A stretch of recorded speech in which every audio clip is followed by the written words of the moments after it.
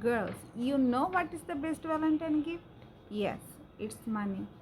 এখন বলবা মেয়েটা কি ইনসেনসিটিভ কি গ্রিটি টাকার কথা বলতেছে, বাট এটাই তো সত্যি। টাকাই তো বেস্ট ভ্যালেন্টাইন গিফট। ধরো তোমার হাজব্যান্ড বা তোমার বয়ফ্রেন্ড তোমাকে এমন কিছু একটা গিফট দিল যেটা আসলে এখন তোমার প্রয়োজন নাই, তাহলে টাকাটা অপচয় হয়ে গেল। এখন সে যদি তোমাকে টাকা দিয়ে দিত তাহলে তুমি তোমার প্রয়োজন মতো জিনিস কিনতা, তোমার টাকাটা অপচয় হইতো না।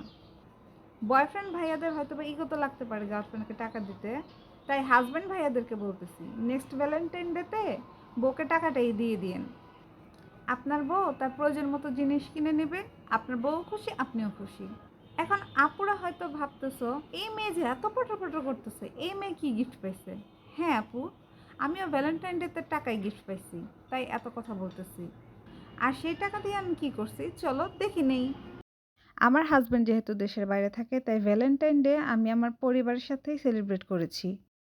প্রথমে ব্লিচ বাইটে হালকা নাস্তা করে নেই, তারপর বাইজিন থেকে কিছু স্কিন কেয়ার কিনে আলমাস পয়েন্টে যাই। আলমাস পয়েন্ট হলো নারায়ণগঞ্জের সবচেয়ে বড় একটি শপিং মল। এখানে বিভিন্ন ব্র্যান্ডের দোকান আছে। আলমাস পয়েন্ট থেকে শপিং করতে করতে আমাদের প্রায় রাত হয়ে যায়। তারপর আমরা শেফস টেবিলে চলে যাই ডিনার করতে। শেফস টেবিল আলমাস পয়েন্টেরই লেভেল 10-এ অবস্থিত। সেখানে আমরা মটকা দম বিরিয়ানি এবং রামেন অর্ডার করি। সব শেষে আইসক্রিম খেয়ে বাসায় ফিরে যাই। সো আপুরা, তোমরা তো দেখে নিলে আমি আমার ভ্যালেন্টাইন ডে এর গিফটের টাকা দিয়ে কী কী করছি। এরকম আরও মজাদার ভিডিও পেতে চাইলে অবশ্যই আমার চ্যানেলটি সাবস্ক্রাইব করে দিও।